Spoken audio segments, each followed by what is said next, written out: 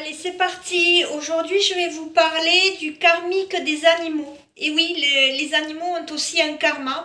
Ils se réincarnent de vie en vie, comme les êtres humains, à la différence qu'ils rejoignent le plan collectif des animaux. Donc, c'est-à-dire un chien va rejoindre le plan collectif des chiens et ainsi se réincarner dans le même plan collectif ou changer de collectif d'animal. C'est-à-dire un chien qui a besoin d'expérimenter la vie sauvage va rejoindre par exemple le plan collectif des loups. Ou inverse, le loup qui a besoin d'expérimenter la fidélité, la domestication et être proche de l'homme va choisir d'être un chien. Un chat peut devenir aussi un félin, un tigre, ou une panthère devenir un chat. Donc ainsi de suite, il y a une hiérarchie où l'animal s'incarne de collectif en collectif d'animaux sur Terre pour ensuite suivre une plus grande évolution et peut-être rejoindre le plan des âmes de l'humain. L'inverse ne peut pas se faire, c'est-à-dire un humain ne peut pas se réincarner en animal, puisqu'il y a bien une évolution hiérarchique. Alors, chaque animal a bien une fonction précise sur Terre et vient aussi résilier ses blessures d'âme. C'est-à-dire, par exemple, le chien peut porter les mêmes blessures d'âme que son maître, que son propriétaire, car il y a un effet miroir et il vient accompagner l'être humain dans sa courte vie, dans son amour inconditionnel, pour venir absorber le mal-être de son maître dans son amour infini et venir essayer de régler le problème, de compenser au niveau affectif. Donc plus on prend conscience de la blessure d'âme de l'animal, plus on peut l'accompagner, le libérer et se libérer soi des mêmes problématiques.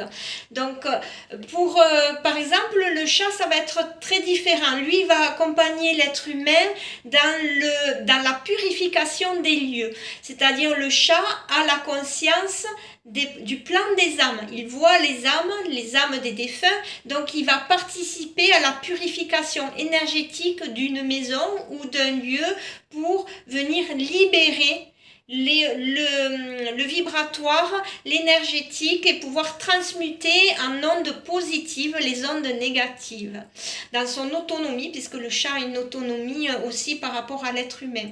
Le chat est sacré. Tous les animaux bien sûr de compagnie ont leurs blessures d'âme, ont leur cheminement. Il y a aussi les animaux sauvages qui participent donc on va dire à l'harmonie de la nature, à l'harmonie de la planète, qui s'organise pour venir créer donc cet écosystème, mais aussi délivrer, même s'il est éloigné de l'homme, délivrer aussi un message à l'homme, c'est-à-dire l'animal nous montre comment, si on l'observe bien, comment vivre en harmonie avec la nature. Et il est messager aussi pour nous en tant qu'être humain quand il se présente sur notre chemin. Alors par exemple, si vous avez un chevreuil qui traverse la route, il vient vous signaler, attention, prenez soin de votre espace sacré, du féminin ou du masculin. C'est la symbolique du chevreuil qui est aussi relié au plan des cerfs. Le cerf qui est relié au plan collectif des cervidés, donc des cerfs, qui est un animal psychopompe, donc passeur d'âme. Donc ça aussi, il y a, en fonction de quand il se présente, il y a une symbolique. Donc à chaque fois que vous allez chercher la symbolique d'un animal sauvage qui se présente à vous, il y a vraiment un message qu'il faut aller voir en profondeur. Par exemple, un corbeau qui va traverser dans le ciel très proche de vous va venir vous signaler d'aller voir quelque chose dans l'ombre qui est caché en vous, qu'il faut aller mettre en lumière et résilier, quelque chose qui peut être négatif et qu'il faut transmuter en positif, en pure lumière. Donc le corbeau, mais la chauve-souris a un peu la même fonction, d'aller voir dans les profondeurs de ce qui est caché, de ce qui est dans l'ombre, de ce qui est dans notre nuit de l'âme, d'aller voir qu'est-ce qu'il y a à mettre en lumière. Souvent c'est aussi aller dépasser ses peurs, puisque derrière nos peurs se cachent nos trésors. C'est une fois que l'on a vu que nos peurs étaient porteurs de nos messages de lumière, que l'on arrive à dépasser ça, que l'on arrive à s'en libérer. Donc, il y a aussi les insectes, les abeilles qui se présentent. Les abeilles, on peut communiquer avec les abeilles, avec les insectes aussi. Une fois qu'on a cette conscience, on peut communiquer de conscience à conscience. Et quand on a mis ce mode communication, vous allez vous rendre compte que par vibration, vos mots ont une portée. Et même si les animaux n'ont pas la parole, ils vont percevoir vos vibrations des mots, aussi vos intentions du cœur, votre vibration de votre aura, de votre être, et ils vont interagir avec cette vibration-là. Donc, si vous avez peur d'un animal, forcément l'animal va vous renvoyer de la peur, ou il va se mettre en position de prédateur en fonction de quel animal c'est, quelle espèce c'est. Donc, tout est communication dans la bienveillance, du respect du vivant.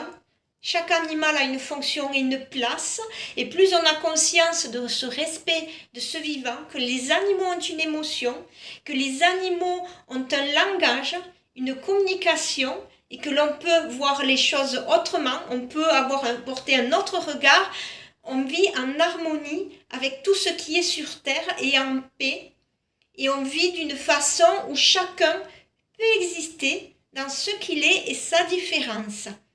Donc c'est un merveilleux chemin. Donc j'accompagne aussi donc dans la communication animale, dans la résilience des blessures des animaux. Si des animaux se réincarnent, voilà, avec des souffrances ou revivent des mêmes processus d'abandon, des animaux perdus ou des animaux volés, c'est qu'il y a un retour aussi karmique à libérer. Il y a une raison bien précise qu'il faut aller rechercher à la source de l'âme et de l'information qui est véhiculée dans ce que vous êtes en train de vivre avec cet animal. Cet animal vous fait vivre une expérience parce qu'il y a quelque chose à comprendre sur vous-même. Et une fois que vous avez compris ça, vous allez voir qu'après vous arrivez à décoder tous les messages qui sont autour de vous et qui interagissent en permanence dans ces lois de l'univers, ces lois terrestres et cosmiques. En permanence, vous êtes en interaction. Donc, il y a ces blessures de l'âme à résilier chez les animaux, vos animaux de compagnie. Certains animaux, malheureusement, se réincarnent dans le sacrificiel. Donc, il faut libérer ce sacrificiel. Donc, j'ai fait l'expérience, il n'y a pas longtemps, de libérer un collectif de loups qui avait été massacré dans une forêt. Et une fois que j'ai libéré ce collectif de loups, qui me l'a demandé, qui m'a appelé dans un cromlech, un cercle de pierre, j'ai ressenti les loups qui demandaient de l'aide. Donc j'ai fait cette libération et quelques heures après, j'ai trouvé un caillou sur le chemin en forme de tête de loup. C'était le retour, le remerciement du collectif des loups.